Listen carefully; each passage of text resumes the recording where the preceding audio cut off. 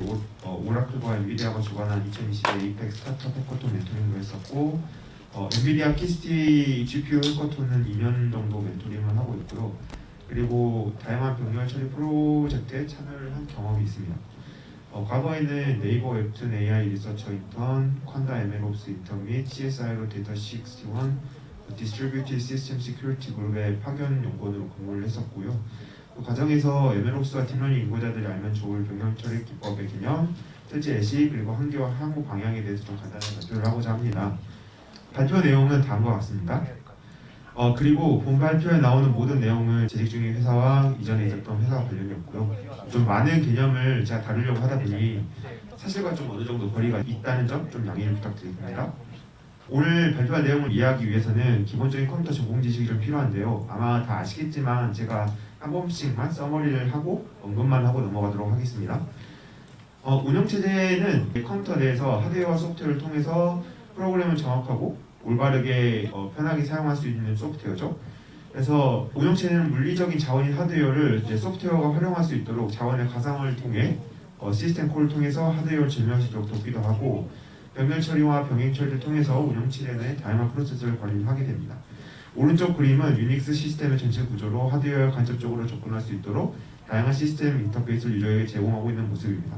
여기서 좀 주요하게 보셔야 될 점은 운영체제에서는 항상 정책과 구현, 그러니까 고수준과 저수준을 항상 분리하여 유저에게 나타내고 있다는 점을 확인하시면 좋겠습니다.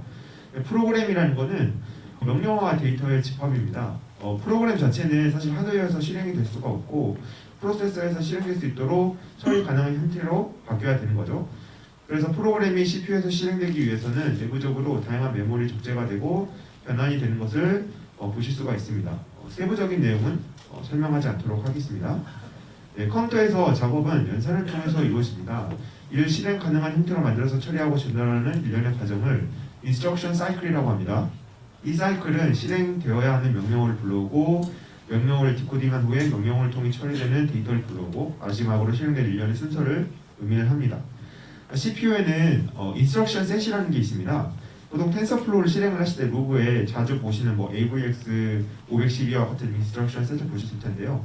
CPU와 같은 연산 유닛에는 연산을 할 수 있도록 사전에 정의된 명령어 셋이 존재합니다. OS 관점에서 가상화를 좀 설명을 해보겠습니다. 오신 청중분들께서는 아마 독을 많이 써보셨기 때문에 가상화에 대한 개념을 잘 아시겠지만, 가상화라는 것은 기본적으로 고수준의 어떠한 정책을 실제 하드웨어상에 구현하기 위해 분리한 개념입니다. 사용자 영역은 실제 하드웨어를 관장하는 저수준에 구현된 부분이 가상화된 하나의 개념을 통해서 프로그램을 실행을 하게 되는데요. 오른쪽 그림을 보시면 지금 5600X라는 6코어 12스레드를 가지고 있는 CPU입니다. 하지만 작업 관리자상에는 프로세스는 312개, 스레드는 5123개로 나와 있는데요. 이런 분리일치가 가능한 이유는 여러 이유가 있지만 소프트웨어적인 프로세스와 하드웨어상의 스레드가 분리가 되어 있고, 유저는 원하는 만큼 소프트웨어 스레드를 생성해서 사용을 하면 운영체제 내부적으로 소프트웨어 스레드를 하드웨어 스레드에 연결시킬 수 있도록 구성되어 있기 때문에 이렇게 쓸 수가 있는 겁니다. 그리고 병렬 처리와 병행 처리에 대해서 좀 간단하게 설명을 드리겠습니다. 병렬은 쉽게 예를 들면 한 개의 잡을 두 개 이상의 코어에서 처리한다. 그러니까 동시에 두 군데 이상에서 처리가 되는 개념이고, 동시 처리는 하나의 코어에서 두 개 이상의 잡을 처리를 하게 되는 겁니다. 두 개념 모두 컨텍스트 매니징이 필요한데요. 병렬 처리의 경우에는 병렬로 처리된 결과를 컬렉션하는 부분이 필요하고, 동시 처리의 경우에는 컨텍스트 매니징을 통해서 컨텍스트 스위칭에 따른 오버헤드를 최소화하는 게 관건이 됩니다. 그리고 컴퓨터에는 HDD, SSD, 램부터 캐시 메모리까지 다양한 메모리가 존재합니다. 그 메모리는 클락 스피드, I/O 리드라이트 속도와 용도에 따라 다양하게 존재하고, 보통 메모리가 작을수록 빠르고 캐시 히트레이트가 높아지고 작은 데이터만 처리할 수 있지만, 크면 클수록 캐시 히트레이트가 낮아지고 I/O가 좀 느려지지만 큰 데이터를 처리할 수 있게 됩니다. 오늘 발표를 위해서 GPU의 기본 개념에 대해서 좀 알아보도록 하겠습니다. 지금 이 개념을 알아볼 때 이전에 언급해드렸던 개념을 리마인드 하시면서 보시면 좋을 것 같습니다. 오늘의 세미나 주제는 인공지능과 시뮬레이션에 관련된 내용이기 때문에 GPU에서 이제 꼭 연산하고 관련되어 있는 스레드 하이어러키, 메모리 하이어러키, 그리고 CPU, GPU 싱크로나이제이션 부분에 대해서만 언급을 하도록 하겠습니다. 오른쪽 그림은 GPU의 내부 구조를 단순화시켜 놓은 그림입니다. 저 초록색 부분이 우리가 흔히 알고 있는 쿠다 코어라고 보시면 됩니다. 보시면 우리가 흔히 알고 있는 CPU의 코어 구조와는 사뭇 다르게 보이는데요. GPU 내 CUDA 코어는 각 코어당 캐시 사이즈가 적고 컨트롤 유닛과 캐시가 간접적으로 붙어있는 걸 보실 수가 있습니다. 그래서 사실 우리가 아는 CUDA 코어는 실제로 CPU의 코어하고는 좀 다르고 ALU라고 하는 그 Arithmetic and Logic Unit이라고 하는데요. 그러니까 각 코어 내부에는 사실 CPU와 다르게 연산만 할 수 있게 설계가 되어 있습니다. 뒤에서 좀 설명을 드리겠습니다. 우리가 앞단에서 봤던 인스트럭션 사이클은 CPU 내에서는 CPU 내에 있는 다양한 레지스터와 스케줄러에 의해서 작동을 합니다. 하지만 CUDA 코어는 단순 연산 유닛으로서 외부 스케줄러와 인스트럭션 사이클을 운영하는 내부 프로세서에 의해 그룹화되어 그룹 내 모든 코어는 동일한 인스트럭션을 공유를 하게 됩니다. 즉 CPU와 다르게 GPU의 코어는 정의된 인스트럭션만 수행을 할 수가 있습니다. 이러한 특성은 GPU의 연산과 딥러닝에서 왜 GPU가 잘 쓰일 수 있는지에 대해서 설명할 수 있겠습니다. 앞에 설명에서 GPU 코어가 CPU 코어와 같지 않다는 점을 좀 설명을 드렸는데요. 그렇기 때문에 이제 각각의 연산 유닛이 인스트럭션 사이클을 돌기 위해서는 CPU의 도움이 필요합니다. 그래서 기본적으로 GPU에서의 CUDA 데이터 흐름도는 CPU가 GPU의 메모리를 선점을 하고 그 다음에 CPU가 패치를 해서 메모리에 넣은 데이터를 GPU로 전달하고 GPU에서 연산이 되고 그 결과를 GPU에서 CPU로 전달을 하게 됩니다. 그래서 오른쪽에 보시는 1, 2, 3, 4번대로 그 CPU에서 GPU로 연산을 보내고 그 결과를 가져오는 그 과정을 이야기를 한다고 보시면 될 것 같고요. 여기서 우리가 알고 있는 파이토치의 그 핀 메모리 개념을 좀 떠올려 보도록 하겠습니다. 파이토치의 데이터 로딩을 더 빠르게 하는 방법 중 하나로 핀 메모리라는 개념이 사용이 되게 되는데요. 이전 슬라이드에서 보셨던 것처럼 CPU는 GPU로 데이터를 보내야 되는데 일반적으로 페이징 영역을 기반으로 CPU와 GPU가 데이터를 전달하게 됩니다. 페이징 영역은 OS가 관장을 하기 때문에 페이징 요청이 들어오면 해당 시점에서 가용한 페이징 영역을 선점을 해서 GPU와 통신을 하게 되는데요. 왼쪽 그림을 보시면 아시겠지만 메모리 피닝을 하게 되면 시스템 메모리에 페이징이 고정이 돼서 페이지 폴트 없이 GPU와 데이터 통신을 할 수 있게 됩니다. 그래서 일반적으로 피닝이 된 데이터 로더가 페이지어블 데이터 트랜스퍼보다 조금 더 빠르게 됩니다. 이러한 현상이 발생하는 이유는 호스트와 디바이스, 여기서 이제 호스트라고 표현이 된 건 이제 CPU 사이드고 이제 디바이스는 이제 GPU 사이드라고 이야기를 합니다. 보통 연산을 할 때는 페이징 영역은 사실 OS가 관장을 하기 때문에 각각의 프로세서에서 페이징을 인보크를 할 때 페이지 폴트가 당연히 일어날 수가 있습니다. 만약에 그런 상황이 생기게 되면 GPU 안에 있는 어떤 특정한 영역이 페이지 폴트가 일어났을 때 이 전체 페이징 영역을 버리고 CPU의 해당 영역에 폴트가 일어난 부분을 패치를 하도록 이제 요청을 보냅니다. 그러면은 그 영역에 대해서 CPU가 다시 전체 데이터를 캐시든 램이든 혹은 SSD 같은 그런 메모리에서 데이터를 불러오게 되고요. 그렇게 하고 나서 페이징이 다 완료가 되면 다시 GPU로 보내게 됩니다. 그러니까 이렇게 됐을 때 문제점은 뭐냐면 딥러닝이나 혹은 시뮬레이션 중에 GPU 사이드에 페이지 폴트가 발생을 하게 되면 그 해당 미니 배치가 모두 다 프리가 되기 때문에 이러한 현상은 매우 크리티컬하다고 볼 수가 있습니다. 그래서 피닝 메모리를 사용을 하게 되면 그만큼 페이지 폴트를 줄일 수 있기 때문에 속도가 좀 더 빠르게 되는 거고요. 그리고 GPU 내에서의 실제 연산 구조는 이제 다음과 같이 이루어지게 됩니다. 이제 저희가 내부 컨트롤 로직이 어떻게 되어 있는지 알 필요가 없고 이 로지컬한 뷰에서의 스레드 블록만 잘 설정을 하게 되면 저희는 연산을 GPU에서 할 수 있게 됩니다. 이 뒤 슬라이드에서 보겠지만 CUDA에는 블록과 그리드와 스레드라는 개념이 있는데요. 이 스레드의 이 하이어라키에 따라서 각각의 단계별로 쉐어할 수 있는 메모리 수준이 다르고 그 메모리의 사이즈에 따라서 우리가 실제로 각 프로세서와 스레드 간에 통신할 수 있는 사이즈가 달라지기 때문에 프로그래밍을 할 때 글로벌 메모리에 뭘 넣을지를 결정을 해야 됩니다. 앞 슬라이드와 사실 똑같은 개념인데 오른쪽 그림을 보시면 각각의 실제 물리적인 메모리 L1, L2 캐시와 글로벌 메모리에 그 스트리밍 멀티 프로세서가 붙여져 있는 걸 보실 수가 있어요.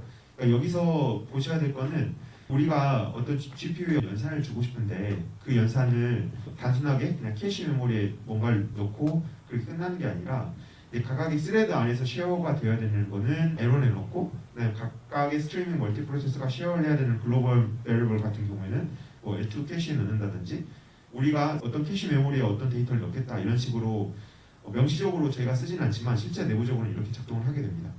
그리고 실제로 프로그래밍을 할 때는 블록과 그리드 스레드를 이제 직접 명시를 해서 쓸 수가 있는데요. 이를 통해서 이제 특정한 우리가 어떤 매트릭스에 대해서 연산을 해야 될 때 그 공유 변수에 대한 뮤추얼 익스클루전을 할 수가 있습니다. 이 의미는 뭐냐면 우리가 어떤 매트릭스 연산을 하고 싶은데 그게 10채널이라고 가정을 해볼게요. 각각의 블록이 10개가 있으면 첫 번째 블록은 첫 번째 채널만 보고 두 번째 블록은 두 번째 채널만 보고 이런 식으로 명시적으로 인덱싱을 해주게 되면 아주 엄밀한 의미로 뮤추얼 익스클루전은 아니지만 레이스 컨디션을 피할 수 있기 때문에 리소스 해제에 대한 고려를 하지 않아도 되고 그리고 이제 데드록도 발생하지 않고 좀 더 편하게 됩니다. 하지만 이것보다 좀 더 발전해서 뭐 뮤텍스와 세마포를 사용을 할 수도 있죠. 쿠다에서 이 부분은 이번 발표에서는 언급하지 않겠습니다. 근데 많은 분들이 파이토치나 텐서플로를 써보셨겠지만 단순하게 어떤 딥러닝을 쓰는 게 아니라 푸리어 트랜스포메이션이라든지 멀티플라이 앤 애드 같은 그런 되게 단순한 연산을 해보시면 GPU에서 연산하는 게 생각보다 빠르지 않다는 걸 확인하실 수가 있어요. 그 이유는 뭐냐면 보통 칩 내에서의 어떤 데이터 스루풋은 굉장히 빠릅니다. 예를 들어서 오른쪽을 보시면 각각의 GPU 내에서의 어떤 데이터 트랜스퍼 스루풋은 1TB per second인데 CPU에서 GPU로 보내드는 16GB per second이니까 거의 뭐 한 50배에서 100배 정도 더 느리다고 볼 수가 있죠. 우리가 GPU에서는 연산을 한 번에 많이 할 수 있다까지는 우리는 이해를 하고 있지만 이게 실제로 그 조건을 만족을 하려면 우리가 연산하고자 하는 데이터와 그 연산 인스트럭션 셋을 GPU로 보내고 나서 그걸 다시 패치하고 보내고 나는 이 전체 총 런타임을 계산을 했을 때 CPU에서 했을 때보다 좀 더 빠르냐 이런 거를 고려를 해야 됩니다. 그래서 보통 CPU에서 GPU로는 한 번에 많이 보낼수록 그리고 적은 메모리를 보낼수록 좀 더 낫게 됩니다. 그 이유는 조금 뒤에서 설명을 드리겠습니다. 마지막으로 CPU와 GPU는 싱크로너스하게 작동을 하게 됩니다. 네, 보통 이제 CPU에서 GPU로 인스트럭션 이보크를 하게 되는데 프로세서 안에서 메인 프로그램을 C++이라고 좀 가정을 해볼게요. 그럼 이제 디바이스 커널의 어떤 매트릭스 연산 알고리즘을 이제 던졌는데 싱크하게 돌아간다는 거는 코드는 사실 이 GPU의 결과를 기다리지 않고 그 다음 인스트럭션을 계속 실행을 하게 됩니다. 그래서 이런 어싱크니스를 고려하지 않으면 GPU에서는 연산을 했는데 이 데이터를 보내도 이 데이터를 받아줄 CPU 프로세스가 없는 거예요. 그래서 보통은 이 CPU 프로세스가 이 디바이스 커널이 연산을 완료하도록 기다리게 되는데요. 이 때문에 유휴 프로세스가 발생을 합니다. 이 의미는 뭐냐면 그 다음 코드를 실행을 해야 되는데 그걸 하지 못하고 GPU에서 어떤 디바이스 단위 연산이 인보크가 됐을 때 그 결과를 받아오는 그 시간을 다 기다려줘야 되기 때문에 그만큼의 이제 타임 유휴가 생기는 거죠. 연산을 못하니까. 그래서 이제 간단하게 예시를 기반으로 한 병렬 처리 기본 이해 코드랑 알고리즘을 좀 보도록 하겠습니다. 지금 보시는 이 알고리즘은 이제 기프트 래핑 알고리즘이라고 해서 컴백스월의 최대 직경을 구해가지고 오리엔티드 미니멈 바운딩 박스를 구하는 그런 알고리즘입니다. 그래서 컴백스월의 외곽 포인트별로 계산해야 되기 때문에 컴퓨테이셔널 코스트가 분명히 존재하는 그런 태스크고요. 최근에는 이런 병렬 처리에 대한 관심도 많고 GPU를 쓸 수 있는 어떤 프레임워크가 굉장히 많아서 이런 식으로 넘바 같은 집 컴파일러를 쓰게 되면 기존에 있는 코드를 거의 그대로 가져와가지고 쓸 수가 있습니다. 예를 들면 위에 있는 코드는 파이썬, 그러니까 CPU 사이드에서 도는 거고 밑에 있는 거는 똑같은데 CPU 사이드에서 도는 코드인데요. 위에 있는 거는 이제 알고리즘인데 알고리즘은 사실 동일한 걸 보실 수가 있고 그 다음에 아랫부분은 이제 기프트 래핑에 각각의 디바이스에 데이터를 보내고 디바이스 단에서 어웨이를 만들어서 그 결과를 다시 호스트로 보내는 일련의 과정만 포함이 되어 있습니다. 두 번째로는 연산량이 줄어들면 이전 슬라이드에서 보셨겠지만 우리가 병렬 처리를 하는 이유는 좀 더 속도를 빠르게 하려고 하는 건데요. 근데 이게 GPU로 돌아갈 때 좀 더 빠르게 하기 위해서는 크게 두 가지 방법이 있습니다. 첫 번째로는 연산을 해야 되는 총 컴퓨테이션 연산의 양을 줄이든지 혹은 연산을 해야 되는 데이터의 사이즈를 줄이면 되는데요. 지금 보시는 이거는 실제로 파이토치에 인프런스 모드가 있고 그 노그라드 모드가 있습니다. 보통 우리가 어떤 예측을 하기 위해서는 그라디언트 계산이 필요가 없기 때문에 노그라드 펑션으로 이제 예측을 하게 되는데요. 왼쪽과 같은 테스트 컨디션을 가지고 인프런스 모드하고 노그라드의 실제 런타임 한번 비교를 해본 겁니다. 사이파 10 데이터에 대해서 하고 모델 레슨의 12에 대해서 토탈 런타임이 한 178초 정도 되면 인퍼런스 모드를 쓰게 되면 이제 2% 감소한 176초 정도가 나오고 GPU 노그라드를 했을 때는 16.6초가 나오고 GPU 인퍼런스를 하게 되면 16.3이니까 두 개 다 이제 2% 정도 감소를 했다는 걸 볼 수가 있습니다. 속도가 좀 더 빨라지는 이유는 내부적으로 이제 그 뷰 연산을 좀 줄여주기 때문에 이제 인퍼런스 모드가 좀 더 빠르게 되는데요. 꼭 병렬 처리가 아니더라도 연산의 양을 줄이면 우리가 속도를 빠르게 할 수가 있겠다. 그런 부분을 좀 말씀드리고 싶고 그리고 병렬 처리는 우리가 많이 쓰는 레이어 연산 레이어는 전부 다 매트릭스 컴퓨테이션이니까 크게 세 가지를 보실 수가 있습니다. 첫 번째는 컴퓨터 바운드, 두 번째 메모리 바운드. 컴퓨터는 이제 연산을 많이 하는 레이어고 메모리 바운드는 연산을 해야 되는 데이터가 많이 있는 그런 케이스들이고요. 보통 엘리멘털 와이즈 커널 같은 경우는 이제 메모리를 좀 더 많이 먹고 그다음에 다 프로덕트 같은 커널은 컴퓨테이션을 좀 더 많이 먹게 됩니다. 그래서 연결 처리를 왜 아셔야 되냐? 사실 모르셔도 돼요. 모르셔도 되고 다만 이제 파이토치나 텐서플로우 같은 프레임워크가 그런 변경 처리를 기반으로 되어 있기 때문에 우리가 그 개념에서 상환할 수 있는 정보들을 우리가 실제 연구 개발할 때 활용을 하면 좋습니다.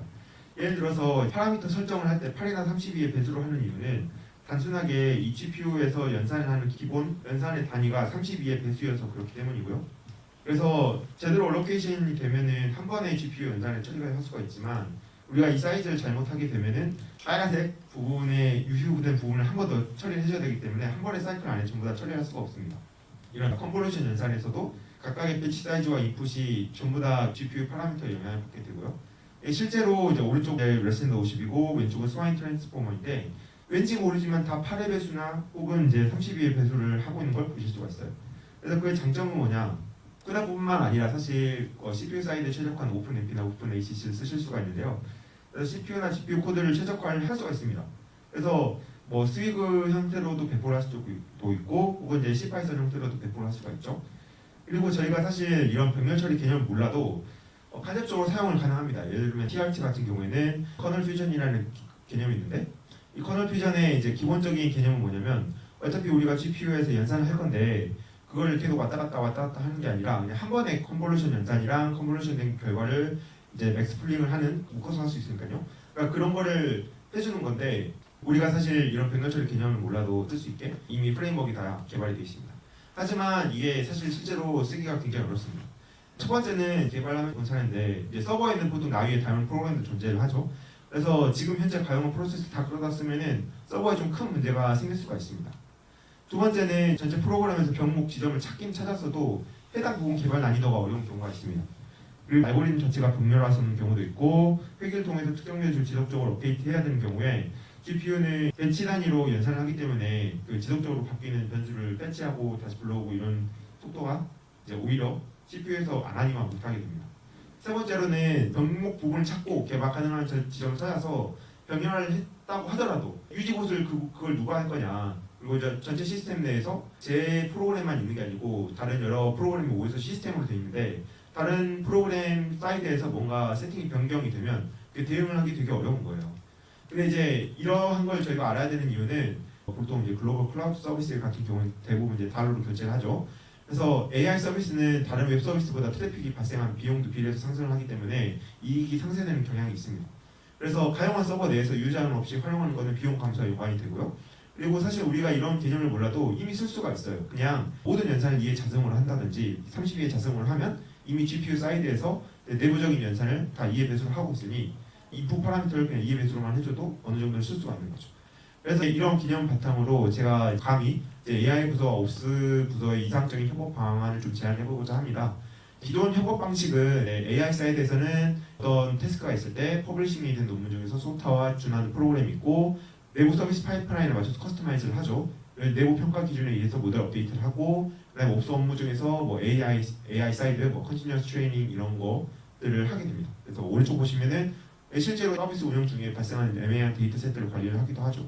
그리고 이제 옵스4 AI는 데브옵스 내 딥러닝 모델 배포를 하기 위해서 MSL 구축을 한다든지 서버 모니터링, 로깅하고 서비스 배치 구축하고 벤토ML이나 트리톤 같은 배치 인프런스 서비스를 만들거나 혹은 이제 리서치 사이드에서 트래픽이 막 들어오니까 그걸 이제 리서치 사이드에서 미리 이게 좀 처리가 되면 좋겠다 이런 요청이 들어와서 이제 스파크나 DP 같은 걸로 미리 처리를 하기도 하죠. 이런 형태의 문제점이 뭐냐면 옵스가 배포를 할 수 있도록 AI 사이드에서 컴퓨팅 리소스 자원에 대해서 스페시피케이션을 좀 명확히 할 수가 없어요. 그러니까 예를 들면은 우리가 뭐 이미지 분류 모델 서비스를 할 건데 그거를 뭐 웨스너스로 할 건지 스와인 트랜스포머를 할 건지 뭐 비전 트랜스포머를 할 건지 사실 이걸 테스트를 해보지 않으면은 알 수가 없단 말이죠. 그래서 그 스페시피케이션 저희가 정확하게 정하기가 되게 어려워. 그리고 두 번째는 보통 이제 논문 저자에 의해서 작성된 기타 배포를 쓰는데 이게 배포를 위해서 작성이 된 게 아니기 때문에 배포를 위한 추가 작업이 좀 필요하게 됩니다. 보통 이제 옵스는 그냥 토치 스크립트나 도커 이미지를 전달해 주시면 저희가 알아서 배포하겠습니다 이렇게 되는데요. 저희가 이런 병렬 처리 기본 개념들을 배웠으니까 제가 생각을 해볼 수 있는 건 이런 게 있을 것 같아요. 우리가 어떤 AI 서비스를 하면서 트래픽에 따른 예상 비용을 미리 산정을 하고 예상 비용을 맞추기 위해서 AI 서비스 내 MSA로 있는 그러니까 마이크로소프트 아키텍처로 있는 각각의 AI 모델의 최소 스루풋을 정의를 하고 그다음에 연구자는 이제 AI 모델 개발 시에 성능뿐만 아니라 모델 제약 조건도 고려하면서 이 연구를 진행을 하는 거죠. 그럼 이제 예를 들면은 이제 매니저가 이제 서비스 API 콜당 현재 AWS 비용 총 비용을 따졌을 때 현재 12.5달러씩 나가고 있다. 근데 이걸 이제 11달러로 줄이고 싶다. 그런 요청이 들어왔어요. 데브옵스 쪽에서는 제일 간단하게 해볼 수 있는 게 MS 서빙용 서버 인스턴스를 지금 P4로 하고 있는데 P3로 바꾸겠다. 그래서 P3 8X 라지로 인스턴스당 초당 15 리퀘스트를 취할 수 있어야 될 것 같다. 저 11달러로 맞추려면 그래서 ML 모델 사이즈나 연산량 줄여달라고 이제 AI 사이드에 요청하는 거예요. 그럼 이제 AI 사이드에서는 뭐 햅 프리션을 적용을 한다든지 혹은 유지들을 볼락에 뭐 아이덴티티 커넥션을 지어본다든지 이런 식으로 뭔가 업무를 진행을 할 수가 있죠. 이렇게 되면은 이제 옵션의 서비스 메시 구성의 난이도가 줄어들어서 이득이고 AWS GPU 서버 캐파를 걱정하지 않아도 되고 그다음에 모델 사이즈가 생각보다 적게 나오면 AWS나 뭐 GCP 이런 게 아니라 온프레미스로 태울 수도 있는 거예요. 그래서 상당한 비용 절감이 저 개인적으로 좀 예상이 되고요. 물론 이제 저희가 클라우드 서비스를 쓰는 이유가 비용 측면만 있는 건 아니지만 이번에는 비용 측면만 좀 고려를 해봤습니다. 그래서 이제 제가 드리고 싶은 말씀은 약 이런 건 것 같아요. 오늘 제가 좀 짧은 시간에 이제 GPU와 CPU의 많은 개념에 대해서 배워봤는데 AI 서비스라는 게 사실 그 예측 정확도라든지 어떤 퍼포먼스 측면에만 좀 포커스하는 측면이 있어요.